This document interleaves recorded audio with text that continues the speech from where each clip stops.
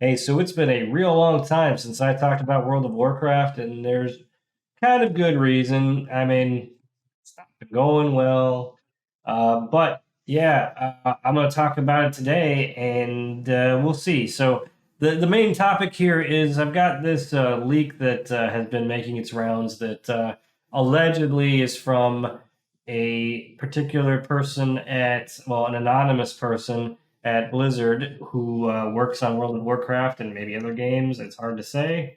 I'm trying to not. I'm gonna read through a lot of it. I'm not gonna like read it word for word because I'm not doing like the quartering where the guy like sweatily reads things and home. Not that I have anything against them, but he's just real. It's painful. He like does like a thing like the guy that with the hat and the goatee beard, and he's just reads stories. I don't know why that makes you get some subscribers. I can't even say the word right. Maybe that's why I can't get them. I can't say the word right. All right. Anyway, so we'll start off here. So it says that Shadowlands is an S show. Critical response, player drop off of just about every engagement metric outside of the cash shop have been catastrophic. So this is one of the things about it that kind of makes me think it's not real. Um, because I mean, it's kind of saying exactly what some people are like wanting to say. You know what I mean? Like, there's a lot of hate going around for World of Warcraft right now, and it's not necessarily just because it's a bad game or things have been taking forever or a lot of the systems are not good. Um, I mean, critical response. I haven't even seen critical response, so it's kind of hard to say for sure. But and then the cash shop thing, that's a weird flex to put in there. I mean, look, I'm coming at this from a angle of I'm not on either side of this. I still, for the most part, enjoy the game, but I'll get to my personal feelings on that later. But yeah, the first point here it just seems kind of ridiculous. Um, it just kind of sounds like something that somebody who plays the game and doesn't like it would say. So next thing is Sylvanas' plan to replace the Arbiter, despite so many people in the company and God knows how many online things to be a total replication of Kerrigan's storyline. That doesn't sound completely implausible for somebody to work there to say, but it does sound a little bit. It sounds a lot fanboy. You know what I mean? Like that sounds a lot like somebody would say that isn't actually there. And I'm not saying that maybe the person if the person at Blizzard did write this, maybe they just really like playing the game. I don't know. The next thing here is the elephant in the room is Final Fantasy 14. Now that I have to agree that Final Fantasy 14 has made a lot of waves in a lot of different ways, especially when you got guys like Asmongold playing Final Fantasy 14 over World of Warcraft right now. But I mean, part of it's because Asmongold been playing World of Warcraft for like a long time, like 12, 15 years, something like that. And then he goes to Final Fantasy, and Final Fantasy is all new because it's a completely different game. So yeah, I can see that them getting a bit nervous, and a lot of people are gonna try to play it because he's playing it, and it's getting a big push from that. It's gonna get a bump. I don't know what else to say. Uh, but I can see Blizzard definitely being nervous about that. They have been nervous about that kind of thing in the past. People making the spending choices now.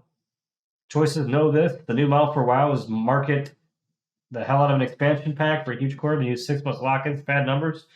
That again does not sound like someone who works there.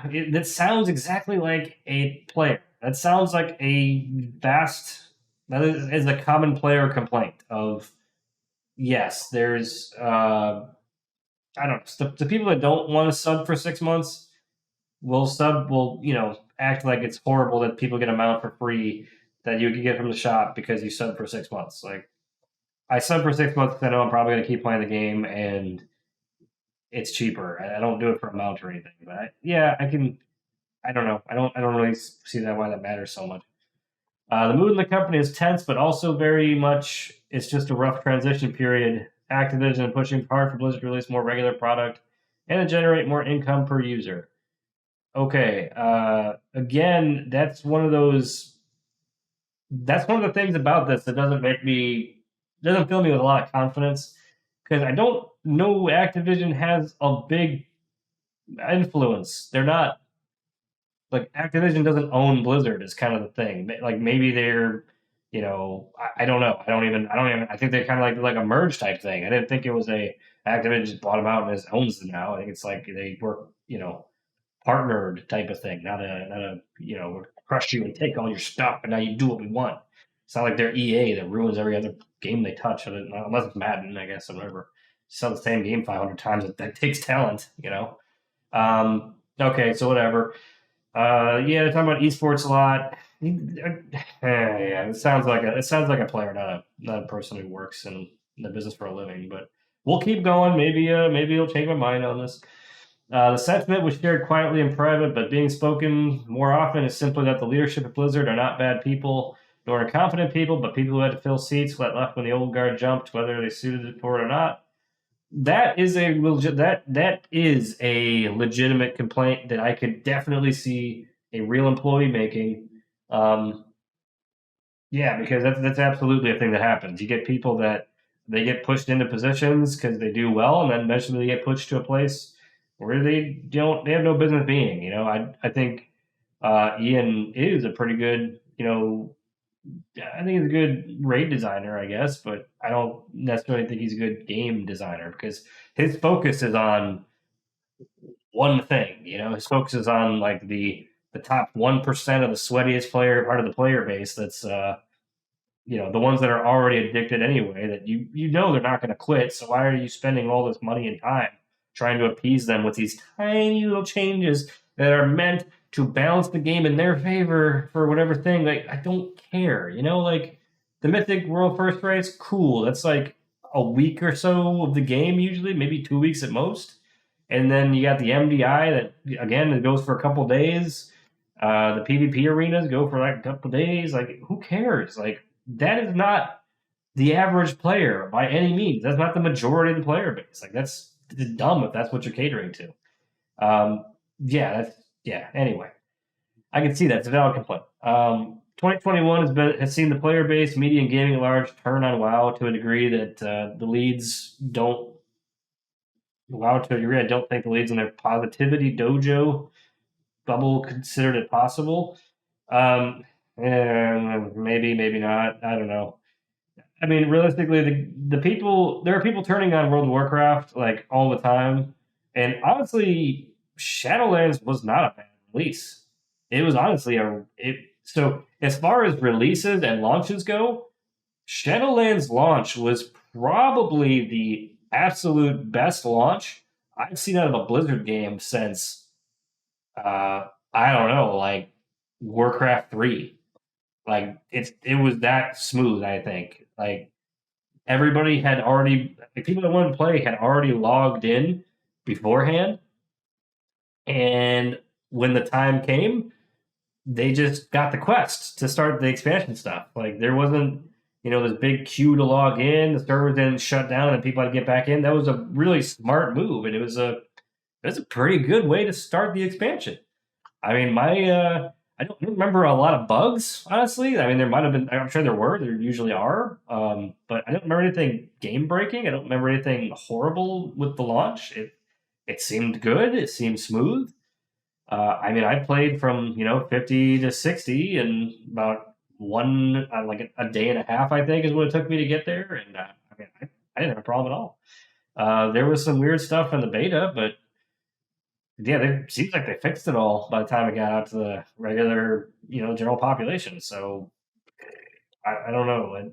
It was a pretty good launch. The thing that's really screwed up Shadowlands is the lack of content and the constant balancing and rebalancing of the covenant powers, which people didn't like the idea of to begin with, because we knew it was going to be dumb. Like if that was the thing. That was the point that everybody tried to make was don't balance everything around covenant powers. Don't make the covenant powers so big. If you do, then people are going to want to switch all the time. But if they're going to be big, then you got to make switching easy, which they didn't. Like they didn't do either of those things. That's why I say that the people in charge, the head designer guys, the team leads, they're not doing a very good job.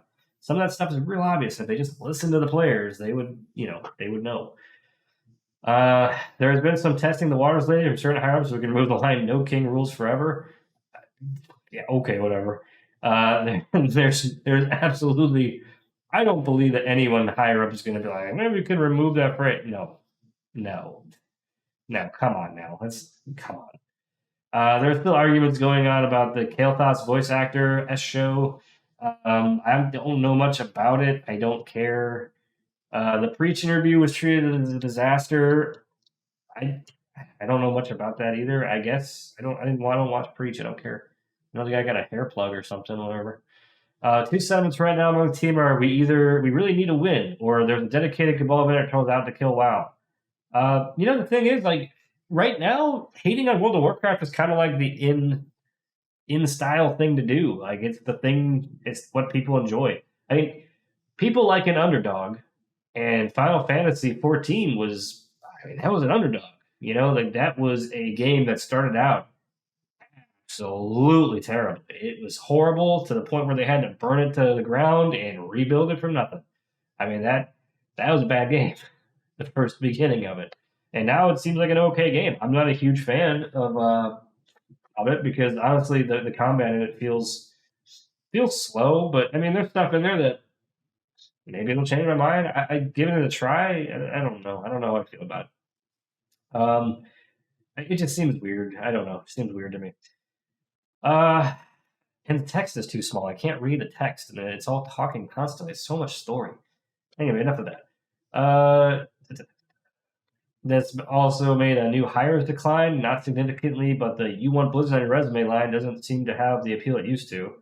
That doesn't sound like something people there working there would say. Like, okay, that sounds like somebody that read their "How to Be an Employee" page would a long time. Well, maybe.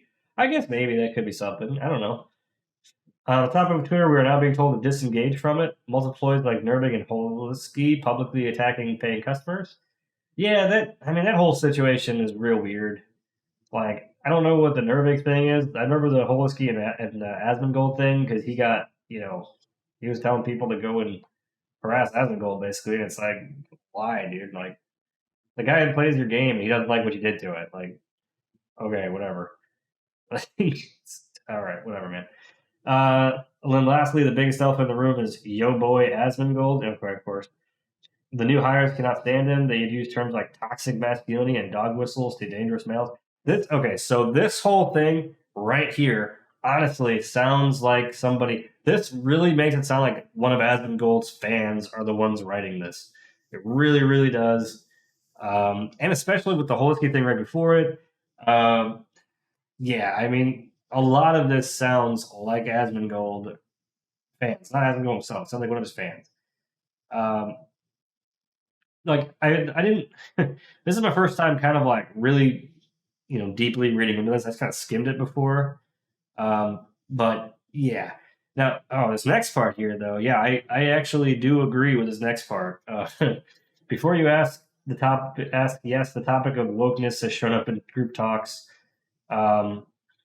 It's not all some grand social justice warrior conspiracy. People really do want people to feel welcome and represented. Okay. Here's the thing about the wokeness in in World of Warcraft and Blizzard right now. A lot of it seems shoehorned in. Like the characters that are in the games that they've made gay or trans or whatever, they don't appear like their characters are more based on their individual identities vice their characters, if that makes any sense. Like, I guess if I were to say, like, there's the two gay reindeer in Ardenwald, right? And okay, I don't know what their names are. Like they weren't really developed as characters. Like they were developed as two reindeer kissing each other. That's what they were developed as. I don't know their names. Like I don't know. Like you want good character, if you want good character build up, what happened to Bolivar's daughter? I can't remember her name anymore. I mean, I used to know her name, but that was a good. I was interested in that character. What the hell happened to her? And they like they're more interested in just pushing certain idea that seems like than they are actually making a good story. Like I can kind of agree with the Sylvanas thing because like a lot of the main characters are female all of a sudden and like are being pushed really way into the forefront. Um, I don't get it. Like, I mean, Jaina, awesome character, probably one of my favorite ones. So I was glad she was so heavily used in the last expansion. I kind of was disappointed she wasn't used more at the end of it. But Sylvanas, I mean, okay, she's kind of yeah, all right. She's been kind of on the rise for a long time since really since man for a long time I guess whole game. So I don't really have a problem with her being in the spotlight right now or Jaina. But then we get like the queen from of the the trolls, the Zandalari trolls. Like why? And then Kalia Menethil. Was it Talia for Bolvar's daughter? I think that was. Anyway, but like Kayla Menethil, Kalia, whatever the heck her name is, but like, why? Like, what? Okay, like Arthas suddenly has. Well, I guess not suddenly. He had a sister, but she survived now. All right, and then what else did they have? Like the Night Elf priestess. She's like since it's like she just kind of at the end of BFA started like becoming a big deal. Like she was never a huge deal before, and then suddenly like we got to really elevate her, and her husband completely gone. Like what happened to him? Oh yeah, Toronto. Where did he go? Like where did he go? Like I'm glad I haven't had to hear him yell Toronto this time, but where has he been? Like, you think he would be kind of important. And then they got rid of, Sylvanas' mate. And what the heck? Where's he now? What the hell? Where's he gone? They barely even mentioned him. Like once. That's it. The entire expansion so far, mentioned like once. Uh, Thrall's had almost no involvement on anything. I mean, you look at, yeah, even the Covenants, I'm thinking about it, like, the Covenants, the Kyrian is basically focused around a female character. Several of them, actually. The characters in Maldraxxus, the lead character there, Thrall's mother. Where's Thrall's father? I have no idea. But Thrall's mother is being like way pushed to the front. The whole point of the of that not Warbringers, but like the story at the beginning was focused on her. We look at Venthyr, and we've got one male character in the lead there. Although you also have several that are like Prince Renethal, I guess, is he's kind of in charge, but he's also got the other ones that like the Harvester. Anyway, what else? Oh, and Underworld's got Lady Moonberry, the Winter Queen, and um, what's her name? The dragon? I can't remember. Whatever her name is. Too many names now. I'm forgetting them all. But there's so many. There's so many female lead characters going on, and there's not that many male characters. And you know what the weirdest thing was? I in Sanctum Domination. I don't know if this only happened to me, but we killed Guardian, and when we killed him, there was like a death gate that opened up for the like a Death Knight death gate. Bolvar comes out doing like the Billy Strut, like he's Conor McGregor. Like he didn't even do anything the whole fight. He just kind of popped up. He like walks in, looks around, and then just turns around and walks back out the death gate. Like he doesn't even say anything. Like what? He didn't do anything. There's no emote. There was nothing. He just walked in and left. Like what the hell was that? And then Garrett, I'm not going to spoil it for you, but what the heck, Garrosh, man? What? Why? Like. Ugh. Like it's almost like they were trying to make toxic masculinity there. And then the one male character in Underworld, they just killed him off, like just really unceremoniously. I didn't even realize. I didn't even realize they killed off that guy because I thought he would be more important to the story because he seemed like a pretty decent dude, and then he just gone. And I'm like, wait, where'd this guy go? And I played back the Underworld campaign again for an alt, and I was like, what? Wait, oh, he died? What the hell? Ah, whatever. Last point here. All in all, things are rough right now. Blizzard doesn't have the love of customers anymore. There's no longer as an industry giant. That's not really true. I mean, Blizzard's still doing pretty well in a lot of respects. Uh, they're definitely losing a lot of subs, and honestly, I'm gonna just go ahead and throw out that their content in Shadowlands has been awful, and I would agree that the wokeness I think is probably a thing. I think that probably is that would be my guess as to why things are going so slow because there's really not much reason why like they wouldn't get a patch out in time or in a decent amount of time other than they're trying to draw things out. Maybe they don't have any ideas or maybe they just they're arguing. I don't know. Like it's really weird. It's like everything's real milk toast and vanilla and boring. Like they're not taking any risks with anything, and it just seems real. Seems like they're really playing everything safe. You know, I don't like the way it's going. Um, yeah, I just gotta say like this. So this whole thing, I would say it's probably fake. I'm just gonna take a guess. It's probably fake. I mean, if it's not, cool, whatever. But I'm gonna go with I bet it's fake. Uh, Aside from that, you know, the game itself is definitely it's got a lot more issues, and I think developers would be more interested in like the bugs type of things, because like you go into like Tazavesh, a new dungeon, and you those have never been as screwed up as Tazavesh was. Like the amount of bugs and I experienced in Tazavesh on the first week, no, second, I guess no, first week of it being out was where you're just you couldn't even finish it. Like the exploding briefcases that were screwed up, like you couldn't finish the damn thing unless you just burned the boss. And I wasn't after spending the time in there, I wasn't gonna try to put another group together right away and do it again. Like I wasn't. It's just it was terrible. It was terrible. Um, it's just there's too many simple things and too many bugs like everything in Porthia. Like there were so many bugs with melee not working right, with the eggs not working right, the mushrooms not working right, the all the pickups go disappearing within like seconds of spawning or being used. Like some rares just not spawning at all. The rares that were in the rift, you couldn't get them out. They were just stuck there in limbo forever. I, Man, there was so many bugs and so many awful things. And for as long as that patch took to get released, what were they doing? What in God's name were they doing with all that stuff? I don't get it. But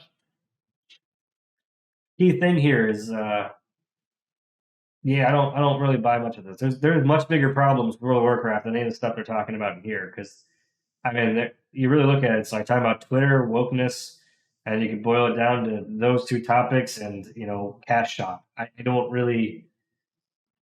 Yeah, okay. It sounds more like a disgruntled player. That's honestly what it sounds like. And specifically, it sounds like an Admin Gold disgruntled player. So, all that being said, yeah, I hope you enjoyed listening to me rant about this. Let me know if you think this is real or fake in the comments below. Maybe I'm taking this the wrong way. Let me know what you think about that. If you enjoyed the video, please give me a like, and if you want to see more, please subscribe. I'm gonna try to do some more World of Warcraft content. I've actually got almost all my ads or my alts up to 60 now, so I can actually do demos on how to do certain things, and yeah. So thanks for watching. I'll see you on the next one. Until then, try not to die.